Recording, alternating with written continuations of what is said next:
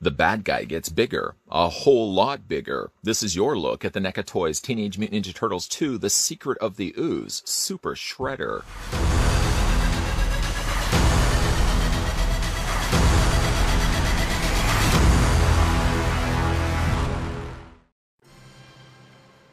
The Shredder lives. After suffering defeat at the hands of the Turtles, the leader of the Foot Clan plots his revenge. Desperate to vanquish his foe, Shredder consumes the last bit of mutagen to transform himself into the hulking Super Shredder. Based on his appearance at the end of Teenage Mutant Ninja Turtles 2, The Secret of the Ooze, Super Shredder stands over 8 inches tall and comes with an all-fabric cape, interchangeable hands, a Bashaman Yari, and a TGRI canister.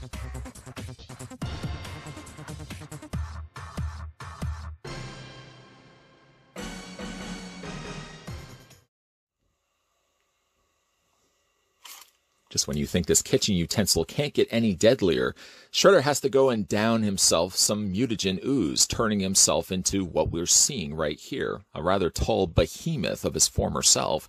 Before we get a closer look at the figure, of course what we will want to do is measure off just how big this big boy is. And let me tell you, he's pretty big. Stopping the tape measure to the very top of his now mutated head, I still understand how he could be taking mutagen, whether he ingested it, whether it was just in contact with him.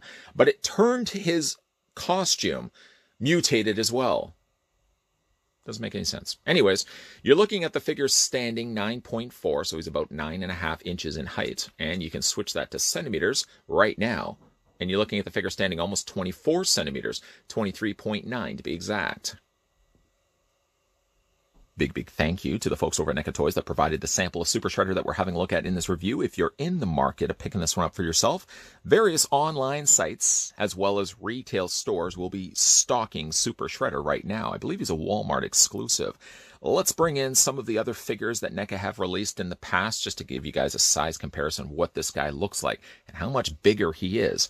I guess the obvious one would be size comparison would be the original Shredder. This was the Shredder that was released, at least this was the one I picked up with the capture of Splinter. It was the one that also kind of came included with Splinter himself. Well, we can also bring him in as well. Just to kind of give you an idea of how much bigger Super Shredder is versus regular Shredder and versus Splinter. Splinter's so incredibly tiny. Let's bring in some of the Turtles as well. There's Michelangelo. And we can also bring in Leonardo. And try not to get Splinter to fall over in the process. He's got some difficulty balancing himself. Let's get his feet to straighten up here. Don't want to certainly spend the entire review straightening out Splinter's feet. There we go. And last but certainly not least, let's just bring in a foot soldier. Just kind of give you guys an idea. Quite the jump in height. No one would be saying that anyone would be towering over Super Shredder. Quite the opposite, really. He's casting a shadow of all the other figures that NECA Toys have produced thus far. Checking out the accessories that come included with Super Shredder, I guess it's best to start what causes this giant mutation, and that is this canister of TGRI mutagen. It's a really nice touch to see this included, because I don't think we've gotten much in the way of mutagen canisters with the other Turtle releases. This definitely can go a long way. It looks like they probably have used a green plastic, more like a lime green plastic, and then they've painted the ends of the canister, this side and this side, and the center section that says TGRI. A nice additional touch would have been that they could have included another one of these, broken, and obviously causing the Shredder to turn into this. He does have also the necessary hand to hold the mutagen, and you just fit that into his grip like so, and he holds it generally quite securely. For me, at least, I'd probably be more inclined to display him with this accessory instead of the next one, because I'm kind of scratching my head as to whether he actually even held this other accessory. What is he talking about? But anyways, I do really like the detail done to the canister, and especially love the work that they did to sculpt these hands.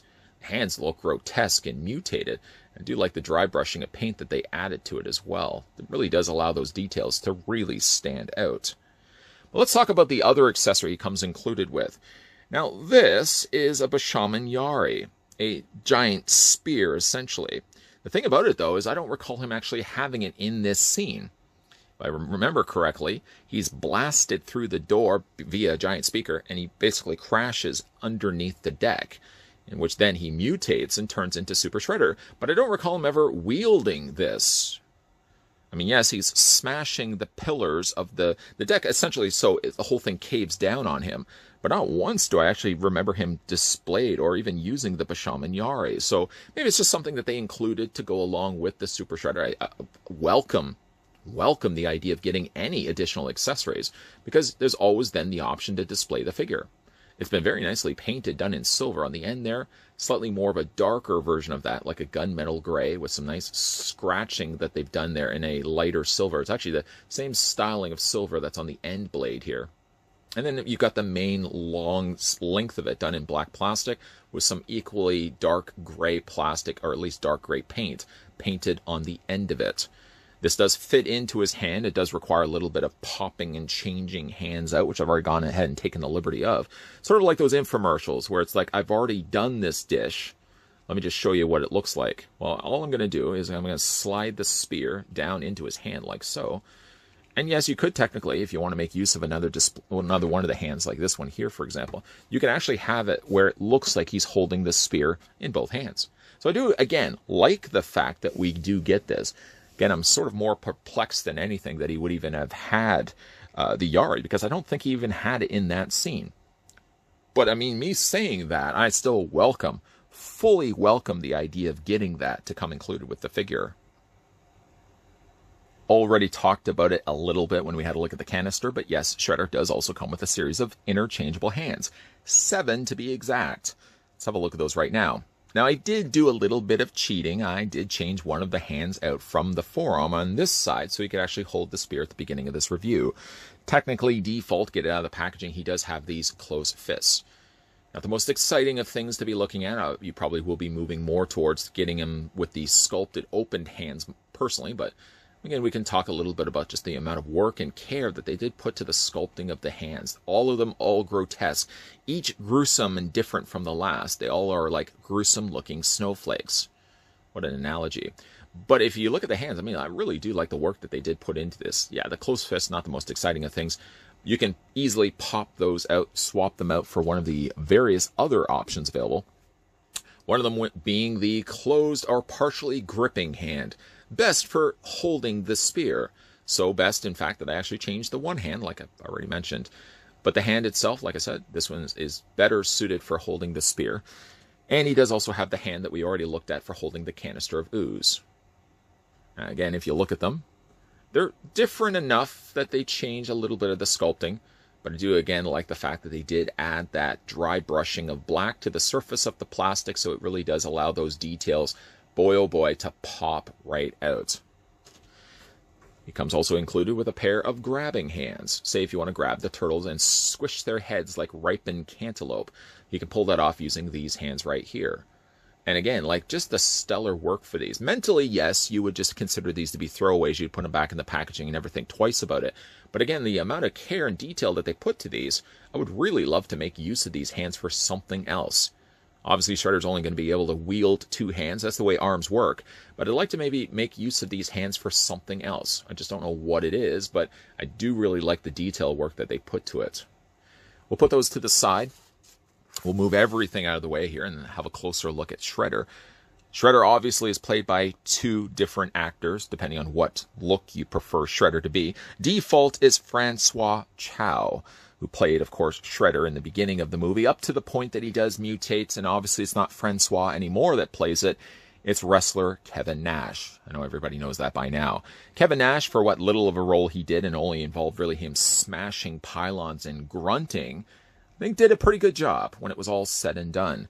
It does translate rather well to a very big behemoth-looking Shredder, which, yeah, you guess could use the argument that Kevin Nash finally is a NECA figure. I mean, at least his eyes. I mean, obviously this would have been Kevin Nash's face underneath this helmet. But it does sort of, again, beg that question. Even though we don't have yet a Secret of the Ooze Shredder, the next best thing we have is this one from the original 90s movie. Love this Shredder so much. But how it does go from this to this, just by mutagen, is beyond me. Even like the helmet does change drastically. I do like the look of this helmet, though. It's got these just really sharp to the touch, not literally, of course. Thank goodness they did dull this down a bit for the figure release of Shredder, but you got to imagine running your finger or anything across the surface of that. Man, oh man, that would be leaving something behind that would require a Band-Aid. I do like the fact that they did use this darker gunmetal gray and then just brushed to the edge of it to kind of give it that sharp bird edge, is they added almost like a bluish silver. Really does work well on the Shredder's head here. I mean, the faceplate isn't removable. Kind of does look like he's got a bit of a smiley face, doesn't it? But it doesn't have a removable faceplate, so if you think you can kind of go in there and you know something that somebody else knows, maybe there is a head sculpt under there. Maybe NECA did sculpt something with the hope that somebody would reveal it. But I gotta believe it's only really the eyes that you would be seeing, and the rest of it would just be unmolded mess. I do like the head sculpt quite a bit. Still questionable where this would have originated, just from mutagen touching this or him ingesting it. We don't even know how he got this mutagen into his body. Maybe it was just directly on skin. It would certainly explain why the armor was changed the way it was. It makes absolutely no sense to me. What does make sense to me, though, is NECA has done a bang-up job here recreating the Super Shredder in a larger figure, much bigger than all the other Turtle figures, as it should be.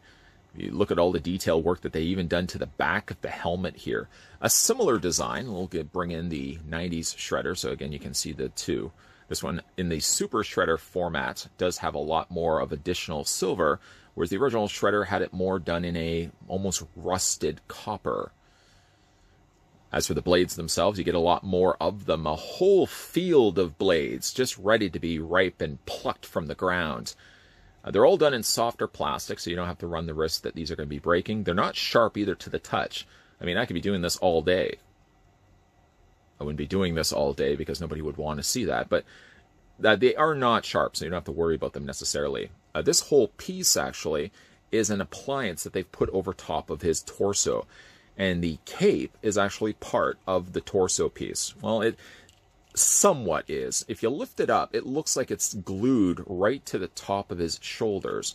But I think it's actually somewhat attached to this armor piece as well. Now, you wouldn't want to really remove it anyways, because that's the look that he has in the movie. I do like the cape, though.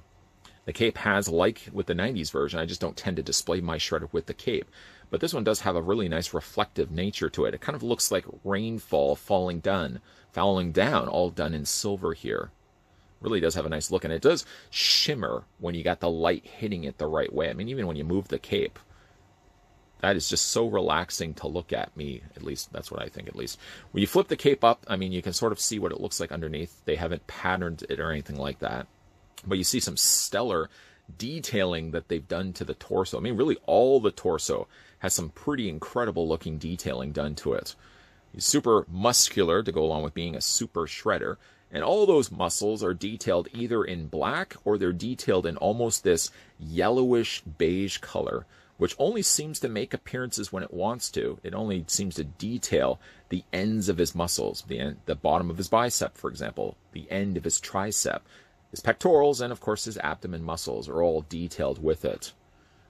I do like the work that they've also done to the belt here as well. It kind of looks like a bit like a serpent with some stones behind it, all done again in probably this black plastic, and then they've just dry brushed this silver over top of it.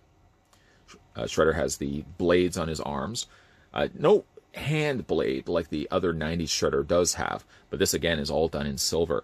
Same color treatment through the way Shredder looks at the beginning of the movie, just a lot bigger and bulkier on this figure. It's a figure definitely where you get a lot of bang for your buck. The amount of plastic that they molded to this monstrosity, even the size of his feet, where as you can see he's wearing the sandals. He does have peg holes on the undersides of his feet, so if you do want to make use of a display stand for putting him in a more dynamic pose, by all means you can pull that off. The blades also on his legs, similar to his arms and similar to his shoulders. They're done in soft plastic. And I do like the touch that they added by striping a lighter silver against each one of the blades. It really does add a little bit of reflective look to that. I do also really like the way that they brushed on the silver. I do feel like, again, like the blades, the gauntlets on his arms, the shoulders, the helmet, basically are all using probably black plastic. But it's how effective they can be by just brushing on the silver over top of it. where you get it just the right amount of that black still peeking its way through, with the silver being the majority of the color. We look at, again, his gruesome hands. Let's everybody please focus in on Super Shredder's gruesome hands. Again, probably first and only time that NECA will be sculpting Kevin Nash hands. I wonder how much he got paid for being Super Shredder, whether he got paid a lot, whether he went in and auditioned and they actually had to say, sorry, who are you?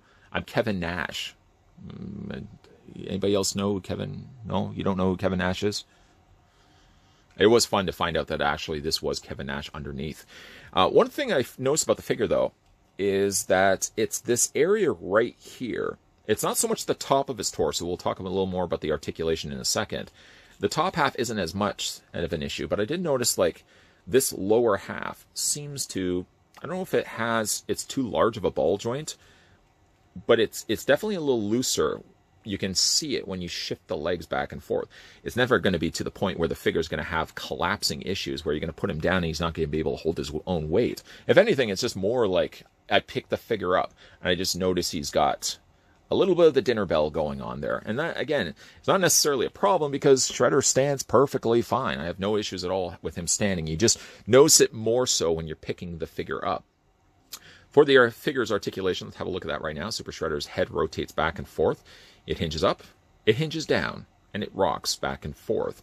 I wonder if anybody did try to remove that face plate to see if there was something underneath that. I'm pretty sure there's nothing in there but just eyes and just a big flat face. It'd be funny if they sculpted something else underneath there, like an Easter egg. You flip that up, and underneath is a turtle's face. Wouldn't that be hilarious? I don't think that's the case, though.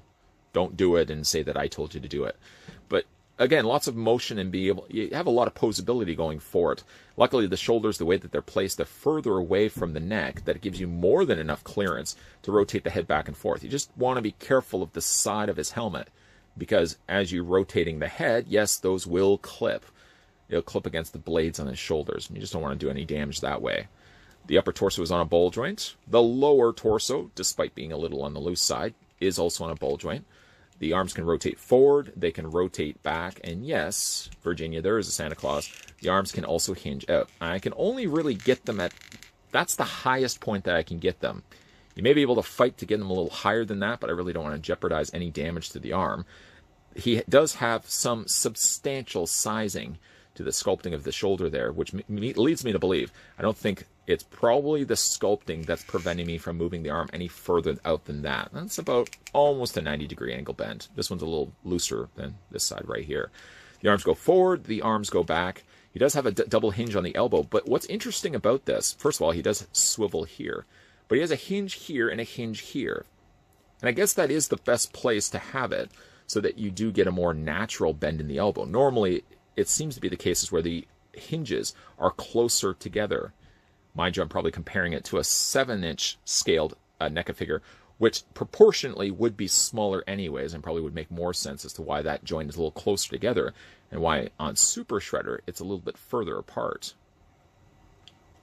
Then we can have a look at Shredder's hands. They rotate all the way around. You can hinge them back and forth.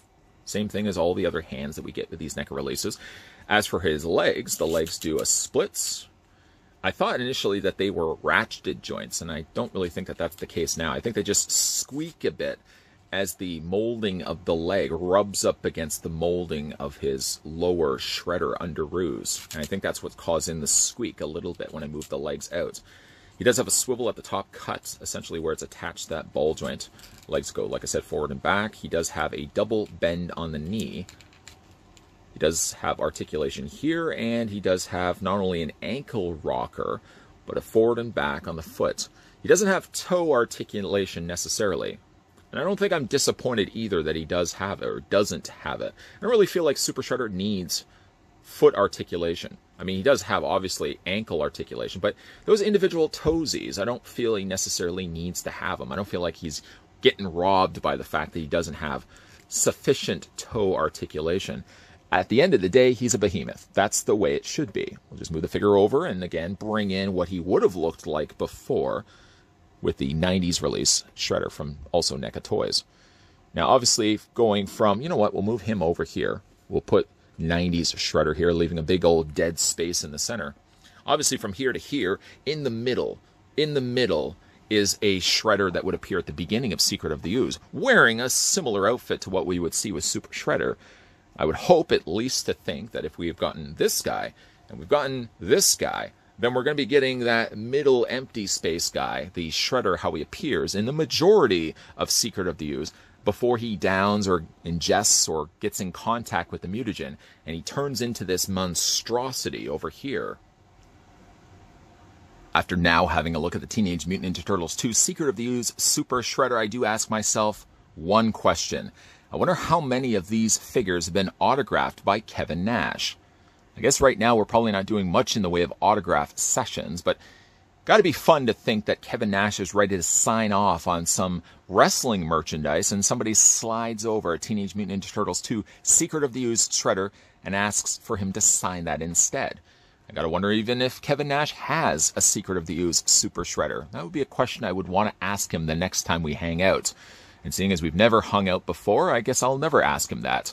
But I am curious, how many of these have been signed? How many of you out there that have a Secret of the Ooze Super Shredder would love to see Kevin Nash sign this for you? Let me know down below in the comments section. Again, a big thank you to the folks over at NECA Toys that provided this sample of Super Shredder that we had a look at in this review. If you're in the market of picking this one up for yourself, Super Shredder is now widely available in retail stores, and you should be able to find him online as well. And such a fun pickup. Definitely not the road I thought that they were going to be going. I thought we were going to be getting one Shredder and that's it. But now look and behold what we got in front of us, a Super Shredder. And boy, oh boy, does he ever look super cool. Kevin Nash, going to get him to sign this whenever we meet up next. It's never going to happen. It's never going to happen. It may happen. I may run into Kevin Nash, just at the grocery store. We're both wearing masks, of course, because we've got to still be social distancing. I'll throw the figure across the produce. He'll catch it, sign it, and then heave it back to me. Such scenarios I play out in my mind. If you guys are new to the channel and liking the content you're seeing, consider the idea of hitting that subscribe button down below and turning the bell notification on. And most definitely, of course, stay tuned to this channel Monday to Friday, 12 p.m. and 2 p.m. Eastern Standard Time. That's when we got new videos popping up. Keep your peepers peeled because there's definitely going to be a lot more NECA reviews lined up and coming your way. And as always, guys, thanks for watching. I'll see you guys next time.